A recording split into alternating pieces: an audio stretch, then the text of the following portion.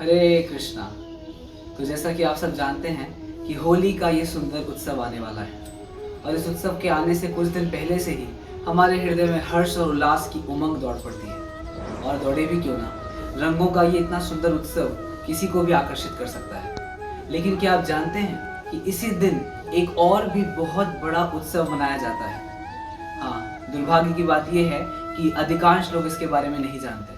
तो इसलिए आज हम आपको बताएंगे होली के ही दिन मनाया जाने वाला एक और बहुत ही सुंदर और बहुत ही गुह्य उत्सव। जी हाँ, और इस उत्सव का नाम है गौर पूर्णिमा।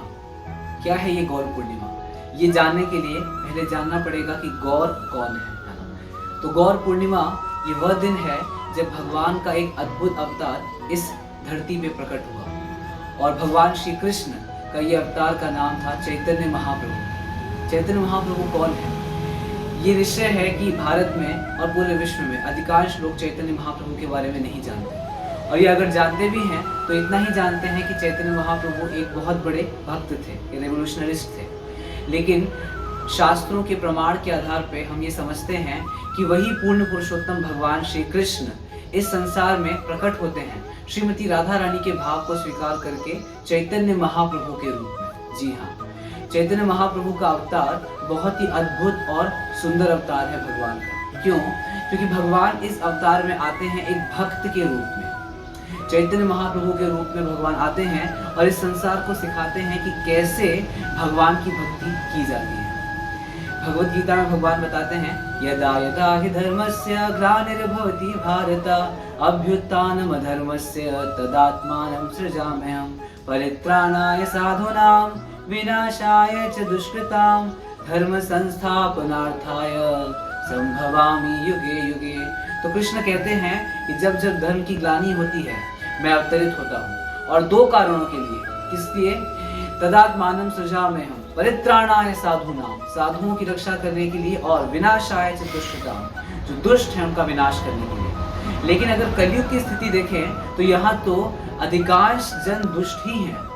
तो भगवान कलयुग में चैतन्य महाप्रभु के अवतार में आते हैं जब वो एक अद्भुत प्रकार का उपहार अपने साथ लाते हैं जिससे कि हमारे हृदय के अंदर की दुष्टता का नाश हो जाता है। और ये अद्भुत अवतार कौन सा है? अद्भुत उपहार कौन सा है? अद्भुत अवतार है चैतन्य महाप्रभु, और अद्भुत उपहार है हरे कृष्ण महामंत्र, हरि नाम संकीर्तन।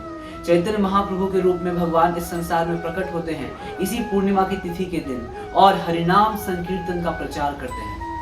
और ये हरे कृष्ण महामंत्र शास्त्रों में बताया गया एकमात्र उपाय है जिससे कि कलयुग में हम सारी समस्याओं से निस्तार या हल प्राप्त कर सकते हैं। शास्त्रों में बताया गया है, हरिर नाम हरिर नामेव केवलम कलौ नास्ति एव गतिर् अन्यथा। कि कलयुग में किसी भी गति को प्राप्त करने के लिए एकमात्र हरि का नाम और एकमात्र हरि का नाम ही सबसे उपयुक्त है।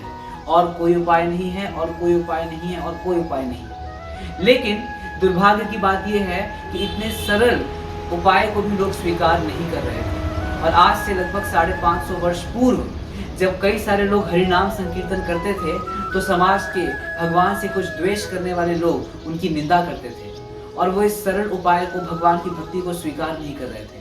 उसी समय भगवान कृष्ण के एक महान भक्त हुए अद्वैत आचार्य, जिन्होंने भगवान से करुण क्रंदन में प्रार्थना करना शुरू किया और भगवान का आवाहन करने लगे कि हे भगवान, आपने ये वचन दिया है कि आप इस सृष्टि में आकर के धर्म की स्थापना करेंगे और इस कलयुग का धर्म है हरिनाम संकीर्तन।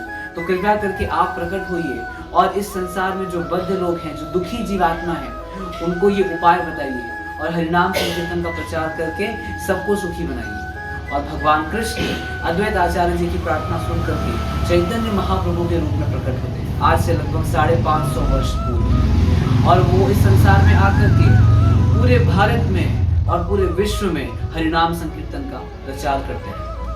बाद में चैतन्य महाप्रभु के एक सेनापति भक्त आते हैं, शिला प्रभुपाद। वही शिला प्रभुपाद जो इस्कॉन संस्था के संस्थापक आचार्य हैं। और शिला प्रभुपाद जी चैतन्य महाप्रभु के संदेश को लेकर के पूरे विश्व में जाते हैं और पूरे विश्व में हरिनाम संकीर्तन की स्थापना करके बहुत सारे इस्कॉन मंदिरों केंद्रों की स्थापना करते हैं। तो हम सब बहुत भाग्यशाली हैं कि हमें ये ज्ञान पता चल रहा है, चैतन्य महाप्रभु के बारे में पता लग रहा है। लेकिन आप सोच सकते हैं कि हम क्यों माने कि चैतन्य महाप्रभु भगवान है। ऐसे तो बहुत सारी संस्थाएं हैं जो अपने अपने कुछ गुरु को या कुछ सन्यासी को भगवान घोषित कर देते हैं। ऐसे ही आप कह रहे हैं कि चैतन्य महाप्रभु भगवान है। What is the proof? So we have proofs in various scriptures which tells us clearly that Sri Chaitanya Mahaprabhu is Supreme Lord Himself. बहुत सारे वैदिक शास्त्रों में हमारे पास प्रमाण है जिसमें वो बताते हैं कि चैतन्य महाप्रभु स्वयं भगवान है। तो ये उसमें से एक श्लोक मैं आपको बताऊंगा। श्रीमद् भागवतम के 11वें स्कंद के 5वें अध्याय के 32वें नंबर श्लोक में कहते हैं, कृष्ण वर्णम तशा कृष्णम संगुपंगस्त्र पार्षदम यज्ञ संकीर्तन प्राये यजंती ही सुमेधसा। इस श्लोक में बताते हैं कि स्वयं भगवान कृष्ण कलयुग के प्रारंभ में प्रकट होंगे ऐसे वर्ण में जब उनका वर्ण काला नहीं होगा, यानी कि वो गौर वर्ण में प्रकट होंगे। और साथ साथ में क्या है, उनके बहुत सारे पार्षद आएंगे और वो करेंगे क्या, यज्ञ संकीर्तन प्राये, संकीर्तन यज्ञ करेंगे, यजंती ही सुमेधसा, और समाज के जो बुद्धिमान लोग होंगे वो उनकी पूजा करेंगे, उनके संकीर्तन आंदोलन में भाग लेकर के। तो ऐसे शास्त्रों में कई जगह पे चैतन्य महाप्रभु के प्राकट्य के बारे में स्पष्ट बताया गया है। तो हम आप सबसे निवेदन करते हैं कि आप भी चैतन्य महाप्रभु की शरण लीजिए और इस होली के उत्सव में ये भी आप जानिए कि चैतन्य महाप्रभु का प्राकट्य उत्सव ये है, जिसको गौर पूर्णिमा कह के बुलाते हैं। तो भारत में अधिकांश लोग गौर पूर्णिमा के बारे में नहीं जानते, तो हम आशा करते हैं कि अब आपको गौर पूर्णिमा के उत्सव के बारे में पता लगा होगा। ये वो दिन है जब भगवान कृष्ण चैतन्य महाप्रभु के रूप में प्रकट हुए और हमारे लिए सबसे सुंदर उपहार लेके आए हरे कृष्ण मंत्र का। तो आप भी हरे कृष्ण महामंत्र को स्वीकार करिए और अपने जीवन को आप आध्यात्मिक रंग से भरना चाहते हैं तो इस होली भगवान की भक्ति को स्वीकार करके नियमित रूप से हरे कृष्ण महामंत्र का जप करिए। धन्यवाद। हरे कृष्ण।